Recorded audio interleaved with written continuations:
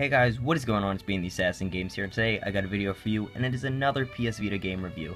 And before we get into it, I just want to say, if you enjoyed all the other reviews, or if you enjoyed this video, make sure to check out the whole playlist of nothing but PS Vita game reviews.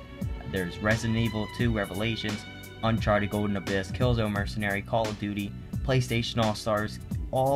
Those big games are all in a review playlist I have. It'll be in the top right. There's a little eye icon. Just click the eye and it'll be a whole playlist of all those reviews and many more. And at the end of the video there's an end screen, so it'll be a little box that just pops up and you can just click it and it'll take you right to the playlist. So yeah, we're just gonna get right into it. The Sly Cooper collection, right? It has three really good games. I really love all three of the games, and maybe it's because I'm a little biased because I've been playing these games all my life. I grew up playing them, and they just don't get old. Like, I played the first one when I was real little, played the second one when I was like 10, and third one I didn't even play until I was probably about 13. And then I got into Thieves in Time and I was like, man, I really want to play the first two again. So I got the collection and now I've played all three and I just want to play the first one again and start over. They're really great. And there's a real big variety in the games. I know that's like, well yeah, Austin, you got 3 games. But that's not what I mean. The types of games, they're all Sly Cooper games. Oh, and there's noise in the background. Can't do anything about that, guys, I'm sorry. But Sly 1 is more of like a Crash Bandicoot game, and it's really fun. And Sly 2 is more of its own game where you do a whole bunch of missions that are setups, and then you do a big heist, and then you go to a whole new city, you do setups, and then you do a big heist, and then you go to a whole new city. It's pretty cool, and each heist always ends in a really fun and creative boss fight. And something about those boss fights is, especially Sly 2, it has a really hard boss fight. It was a lot of fun trying to beat that boss, because it probably took me a week of nothing but trying because it was really difficult. But there are also 3 really easy platinums for Sly 1, 2, and 3, and just to show you how easy they are, going back to the boss fights, the hardest part of Sly 2 to get the trophy, the hardest trophy, was probably beating the game because I had to beat the final boss. They were all simple. You just get the trophies as you play. It was great. Especially if you like those platinum trophies, you can just buy the collection, have 3 great games, and have 3 easy platinums to add to your collection.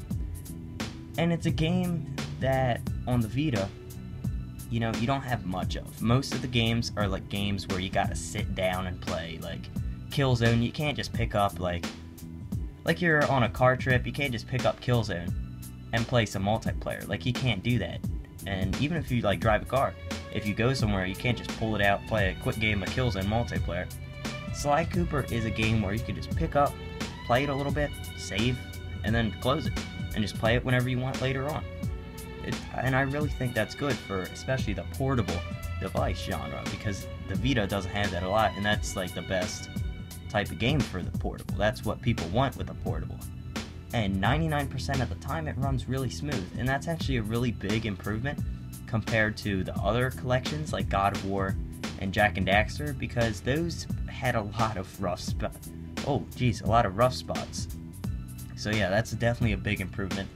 And another improvement from those games is the Sly collection has really good controls. It feels good, it's not clunky, it flows well with the Vita. I don't know how they do it, but it's just so much better. Like, they did such a better job at remastering this than they did with Jak and Daxter.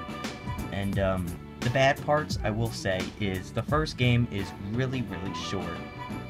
It's like probably an hour and a half, not really long at all, probably 2 hours. I'm probably underestimating it. But the boss fights in that, I will say, were really cool. And it's a bit of a childish concept, and the storyline, there is a storyline, but it's not like Uncharted storyline, like crazy detailed. It's just like, oh, they stole something from us, let's go get it back, something like that. And sometimes in Sly 1, I will say, it runs smooth, but very rarely it will crash. Probably like 1 in 10 times it'll crash. So just be on the lookout for that. Always save your games when you do something important.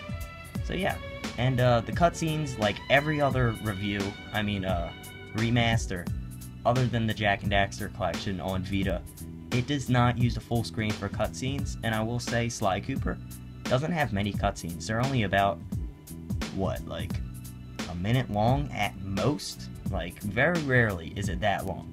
So it doesn't really affect the game, but if that is something that really bothers you, I will say maybe it's not for you for some reason, because it's a cutscene, but whatever, you know. But the biggest and worst part about this collection, okay, when you buy it, right, you get Slide 1 and 2 on chip.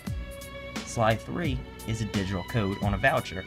So you're like, oh, if I buy it physical, that's fine, you know, I'll just get the voucher for Slide 3. But no, you gotta buy it new. So now it's like, okay, if you want it physical, you have to find it new. But the problem is they don't make it new anymore. So if you want to buy it physical, it is literally impossible for you to buy Slide 3 with that physical copy unless you buy it physical and digital, because you can't buy them separately. So if you're really into the physical copies and you want to have all 3 games, I'm sorry, you can't have it. That's why I just bought it digital. It's the same price, but you get all 3 games instead of 2.